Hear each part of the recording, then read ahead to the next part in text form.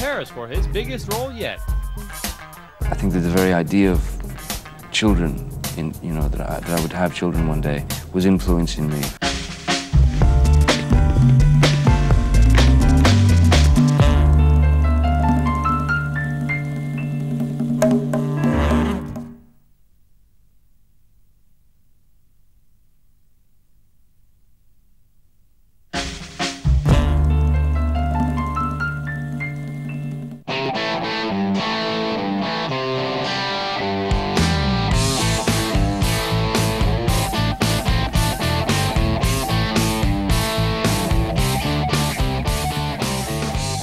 Another big responsibility for Johnny was a new arrival in the Depp household.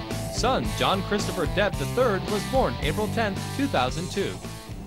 In a very, very odd way, I think that even before my children were born, I think that the very idea of children, that I would have children one day, was influencing me for a long time now. I think I started making decisions on films, what to do and what not to do, based on, what I was going to leave behind when I turned into smoke, you know what I mean? I didn't want to, embarrass them, when they have to sit around at the age of 60 and say, yeah, my dad did that movie, With that in mind, Johnny reached back into his own boyhood fantasies when he chose to play Jack Sparrow in Disney's theme park ride-inspired The Pirates of the Caribbean. Before I started doing any of the research, there was the kind of the residue from childhood, the leftover idea of that, that romantic image, out on the ocean, wind in the hair, adventure, treasure, women, that sort of thing. Johnny delved into his imagination to conjure up the unusual characterization of Jack Sparrow. Well, I started thinking about pirates in the 18th century, and how they were kind of the rock and roll stars of that era. And I thought, who's the greatest rock and roll star of all time, the coolest? And for me, it was Keith Richards, hands down. So I kind of took that inspiration of Keith, and it wasn't like a character study or an imitation or anything like that, but just a more like, a memory of how he is, the way he behaves. There's a grace, an elegance, wit and wisdom that he has that I admire. The ultimate benefit was at the box office. At nearly $47 million, the success of the movie stunned everyone, especially its star. The amount of people that went to see Pirates was, nobody was more surprised than me, because I made, several films, that I always thought, I thought all of them, even the ones that are considered the most sort of bizarre or weird, I always thought they were, why shouldn't they be commercial films, But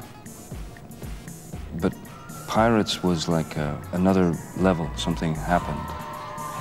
Because one day, after Pirates was released, one day you'd meet like a 5-year-old kid in the street, who recognized you, and then, you'd easily, a couple hours later, meet, an older woman or an older man who'd recognized Captain Jack. So it was a very strange experience, but a very pleasant one, It was nice. So nice, in fact, that Johnny thought he'd buy a little souvenir to help him reminisce about the shoot. The movie star bought a small Caribbean island for $3 million. It is a fitting gift to himself, in fact, because the opening of the hit movie coincided with the actor's 40th birthday. I remember when I turned 30, like the first thing you think about when you turn 30 is 40. You skip 10 years right away. And it's not that you worry, but you kind of, it's like, oh my God, I'll be 40, I'll be 40, I'll be 40. So by the time you reach 40, it's really welcome. It's a great place to be. Johnny was nominated for an Academy Award for his beloved depiction of Captain Jack, and he was nominated again the next year for his starring role in the period piece Finding Neverland. Even though the nominations catapulted the one-time Hollywood bad boy into a very serious category of actors, Johnny himself never took awards too seriously. The idea of an awards ceremony is a strange thing. I suppose I mean, they're not very important. I mean, again, if I've done my job, people will see it and relate to it. If Joe likes what I've done, then then I feel I've done my job. But I don't need to win a piece of metal that I can put on my fireplace to, you know, to feel justified or validated. The only validation Johnny ever needs is another wacky role to play. It wasn't long before Tim Burton came knocking.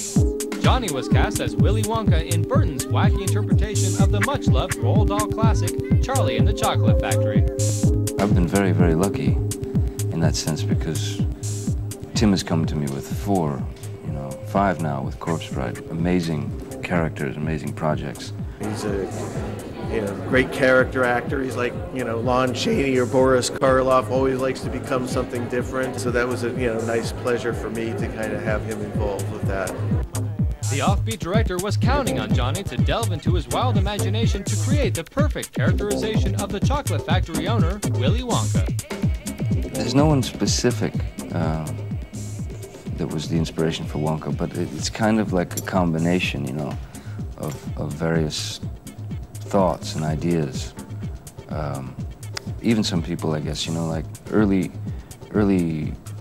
memories that I have of children's show hosts, when I was a kid watching television, and even then thinking, why does he talk that way? It's really weird, So that became a kind of a main ingredient for Wonka. Yeah, so there's no one specific. I guess the hairdo, I guess the thing that I had in mind was like the idea of a guy who'd spent way too much time alone and away from current events and people, and so therefore his style would be very, very dated. That's where the hair came from. Charlie and the Chocolate Factory was a resounding success, and with hardly a break, Johnny was back in the Bahamas to shoot 2 sequels to Pirates of the Caribbean back-to-back. Well, it's big. It's a long process, but I mean, to be honest, it's such a pleasure for me because I remember finishing Pirates 1 and thinking, will I see Captain Jack Sparrow again? Will I be able to play him again? And I had a feeling I would. But coming back on for Pirates 2 and 3, especially this long a ride, it's really, selfishly, it's just great fun for me. I'm just having a ball being him again. Johnny never forgets what got and keeps him where he is today.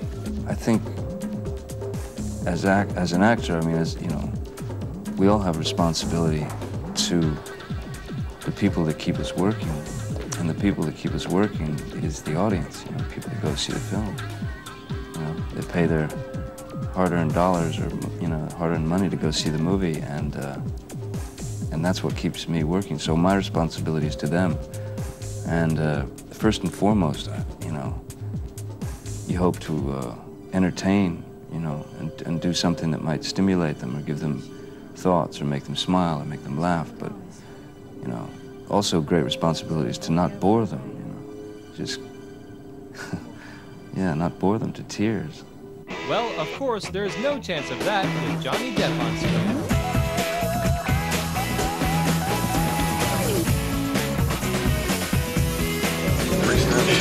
Murray. It's from represent